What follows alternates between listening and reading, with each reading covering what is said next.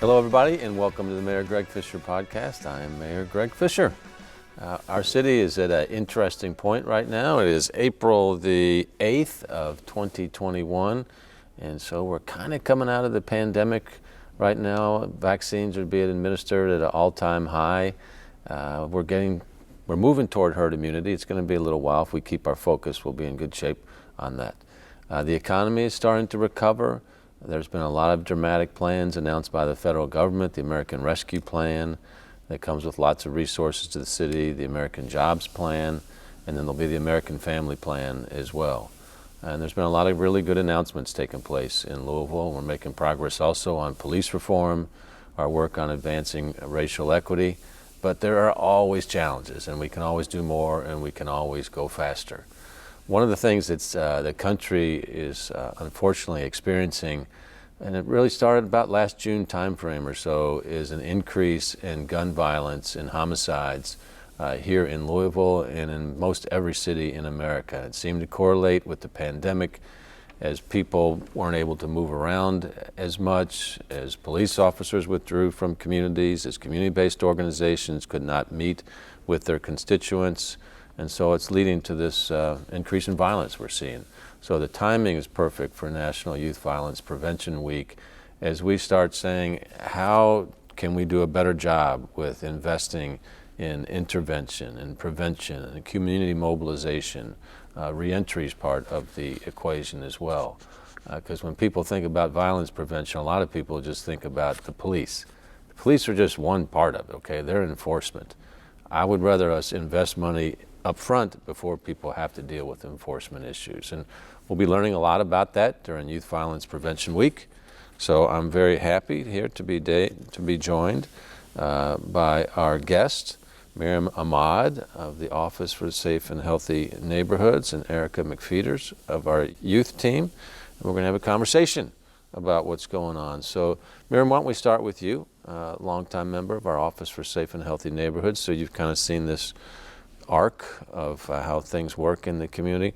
Why don't you tell us a little bit about what OSHN has going on in this area? Sure.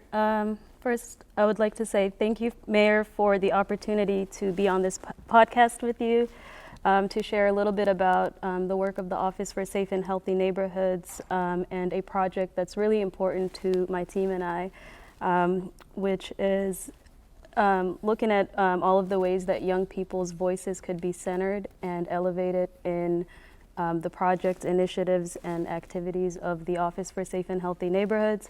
As you know, we have new leadership, and we're really looking at ways to address violence from its roots to its fruits. So looking at all of the ways that we can engage people across systems. So the economic development and employment system, education system, the criminal and juvenile justice system, as well as looking at health and social wellness and community building. A lot of our work has shifted from looking at programming to really looking at ways that we can influence policy. As a department, we understand the places that we worship, eat, play, work all influence our opportunities to reach our full potential. And so we're looking at ways to improve access and resources and just ways to really engage community across all sectors. Well, and so you mentioned community. How can the community be involved in the work that you all do? One way that the community can be involved in the work that we do is engage in National Youth Violence Prevention Week that is happening this week. It is a week that is dedicated to raising awareness around youth violence, and Erica is going to talk a little bit more about that here. Another way is for folks to reach out to our community outreach specialists to get connected to employment, expungements, mental health resources, and any services that could really remove barriers that folks are experiencing. We'd also like to invite folks to our upcoming Ambassador Institute that's happening on April 24th. It is a 3.5-hour training that is dedicated to training folks who are interested in making a difference by teaching skills and knowledge around the CDC approach to violence prevention, suicide prevention, conflict resolution, community organizing, and mental health first aid 101. So folks could utilize the skills and knowledge that they obtain from these trainings to become change agents within their own communities. So there's a lot of ways to plug in. Yes. All right, let's hear about one of those ways to plug in. Erica, you're a member of our One Love Youth Implementation Team. So tell us a little bit about the team and what motivated you to become part of that. So this is my first year being a part of the Youth Implementation Team, and I first heard about it through another community member. They kind of mentioned it to me, and after learning a little bit more, I applied, and then I was invited to be a part of the team. And ever since, it's been awesome. We talk a lot about what violence is and how to combat that, as well as what we can do as a team to start change and make sure that other youth from ages 15 to 26 are able to be a part of it in coming years, as well as events that we have like Youth Violence Prevention Week and other things that we are able to come up with. So you're getting a lot out of that. Tell us a little bit about yourself, where you're in school, and kind of how you keep your day full. I go to Central High School. I am a part of the Law and Government Magnet there, as well as the Montessori program. I'm also the first graduating class of the Montessori program, so it's been fun. And I also am the yearbook editor there. I spend a lot of time as the class president there, and I'm also a part of a bunch of different clubs around the school. So I just kind of do a little bit of everything at Central. And then in my free time, I work at CVS, and so I've been really in the pandemic, as in dealing with people and their health concerns, as well as making sure that people have what they need. And then I just do stuff on the weekends. I sew, stuff like that. So wow, so you're what we call a leader. Some might say. And some people may not know, Central High School, you've got a couple famous alumni from there. Sure do. Muhammad Ali. There's numerous alumni, but I know that there's also Miriam went to Central. There's all types of people that are leaders from Central High School. And how does that impact the culture of the school? So one of the biggest things I think that Central tries to instill in their students is making sure that you know that you're a leader. Whether you are at Central or later in life, they work really hard to make sure that students feel the leadership within themselves. And so knowing that we have alumni who go off to do great things, even if they graduated in 2017 or 2007 or whenever, you know that they will make change later on and they'll be great. And I think that our teachers, the parents, the staff, the administrators, everyone works really hard to make sure that students get what they need and are able to feel successful when they come through the doors of Central. That's great. One of our great JCPS schools. Of course. So Youth Implementation Team, if somebody's listening to this and saying, well, I'm kind of interested in joining, tell us about some of the activities that you all do. So we meet regularly. We meet every other Saturday. We discuss different things. This year we discussed a lot, of course, about violence and violence prevention and what that looks like. I know that in past years from like our discussions that there's been conversations around mental health, around budgeting and how that can be changed. We've talked about all types of stuff this year, especially with the pandemic and our meetings being online. We've had a lot of different conversations come up because we're able to kind of block off our schedules differently. But essentially, it's a group of youth from ages, I believe, 15 to 26 who are a part of a team, and we all work together to come up with different events and stuff like that. And then we also learn a little bit about Louisville and what work we can be doing in the community ourselves, as well as what we can do to tell other youth in our same age range how to be better agents of positive social change. Mm-hmm. And Miriam, you've been coaching the team for quite some time. It was exciting a couple of years ago. I think, well, for several years now, we've been converting some of the focus of the teams to policy that's been passed by the United States Conference of Mayors. You might want to talk about that. Sure. So I have been with the office for a little over 4 years now, and we are on our 6th cohort of the youth implementation team. At the beginning of the youth advisory group, the team focused a lot on programs and just kind of developing small groups to have discussions. And we've later realized that young people have agency, and they have the radical imagination, hope, and possibility needed to create the change that we are trying to make in terms of making Louisville one of the safest communities across the U.S. So we've shifted a little bit towards looking at policy recommendations, looking at ways that we can advocate here locally with Louisville Metro Council, and they've been very open and responsive and inviting to our young people. They've held discussions around the city budget, and they've really opened the doors to our young people to ask questions and engage in local governance, in the legislative body of our local governance. So we're now moving towards advocacy and really improving ways that we do civic engagement with young people. I think if we make it accessible, if we recognize some of the barriers, including transportation, which I think one of the positive things that happened during COVID was that it kind of decreased that.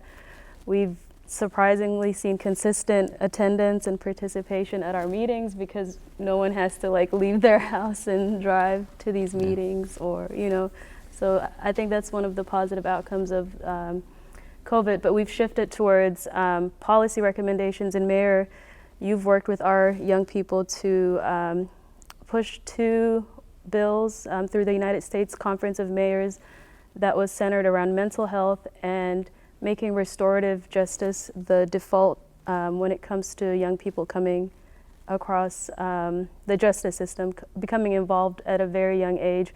We know that that really impacts their life trajectory, and so young people push to advocate that when a young person between the ages of, I guess under 18 comes across an officer for, a misdemeanor, that restorative practices are utilized to address that harm and to come up with a resolution and mediation for that.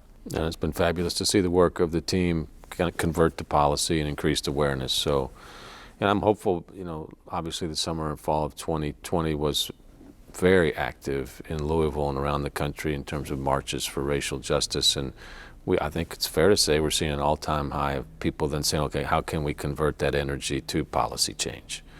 And you're seeing some of the fights going on about ideology, like right now, for instance, voting rights. We saw in Georgia how the legislature down there and governor are trying to restrict voting rights, and the kind of the uproar that's caused. We've seen an expansion of voting rights in Kentucky, but ours were very, very limited to begin with. So people are engaged in these conversations like never before, which is a really positive thing for the democracy, and people bring different perspectives to it. So when we talk about violence, and let's say violence uptick in our community around guns and homicides and around the country as well, different people look at it different ways.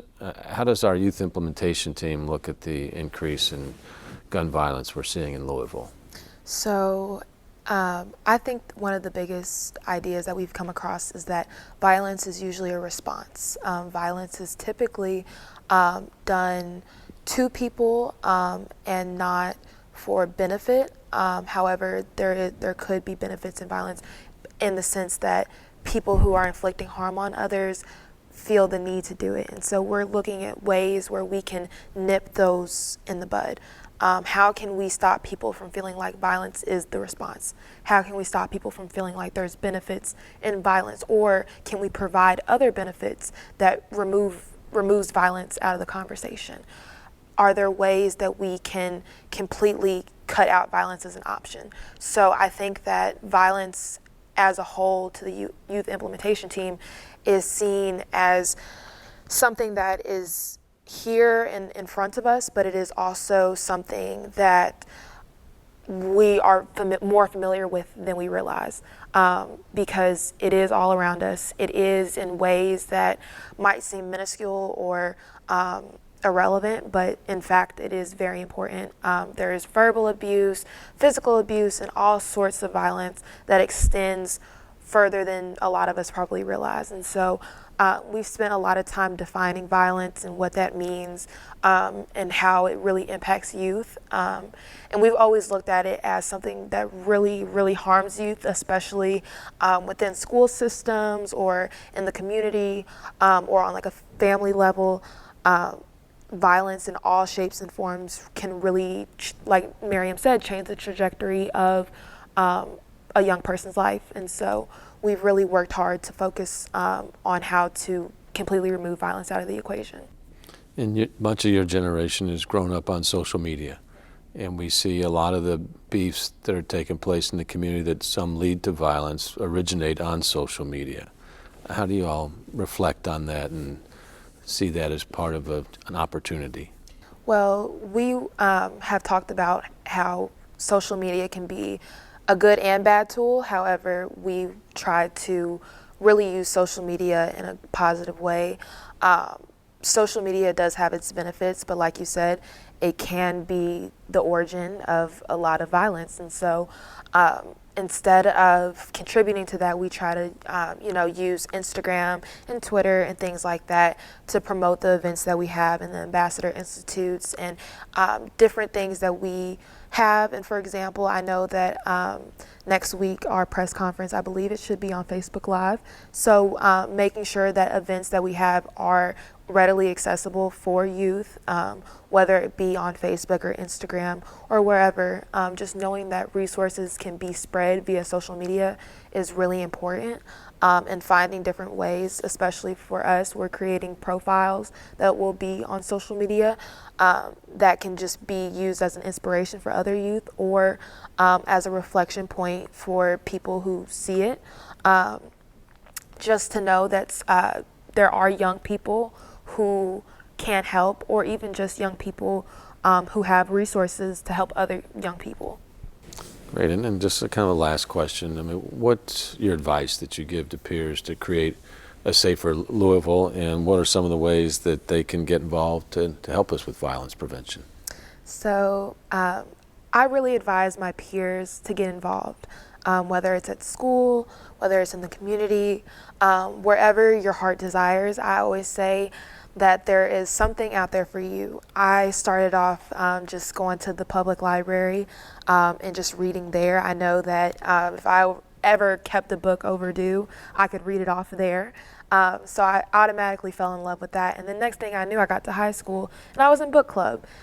So I think just following your passion, following the things that you love is a great way to separate yourself and kind of draw that line to where you have the resources and eventually you can expand yourself to other things, whether it's in the community or in your school or it's just an extracurricular activity. As for ways for us to get involved and other young people to get involved, I think especially tuning into everything we do for National Youth Violence Prevention Week will be really important, but also potentially joining the youth implementation team for the next cohort. Or any other programs similar to that. I know this summer, Summer Works will be happening, and so things like that, or anything where you are able to devote your efforts to kind of help the community or make a change. I think those are the perfect things to do, especially to combat violence. Great, fantastic. So get involved. Yeah. Get involved, do good things. Right. Be a compassionate person. Exactly. All right. So in closing out, Miriam, just any advice or anything you want folks to know about Youth Violence Prevention Week and where we can get more information on that? If you are interested in getting involved or getting plugged into any of the activities that we have, please check out our website at louisvilleky.gov/government/safe-neighborhoods. You can also just Google the Office for Safe and Healthy Neighborhoods in Louisville. Or you could contact us at 502-574-1903 for more information. We encourage that everyone do something. We all can't do everything, but each one of us could do our part in making a difference in our community. Miriam, thank you. Thank you. Erica, nice job. Thank you. Thank you. All right, everybody. Well, thank you all for listening to the Mayor Greg Fischer podcast. And please subscribe where you listen to your podcast. And please, the week of April 12th, find ways you can get involved in helping young people in our community.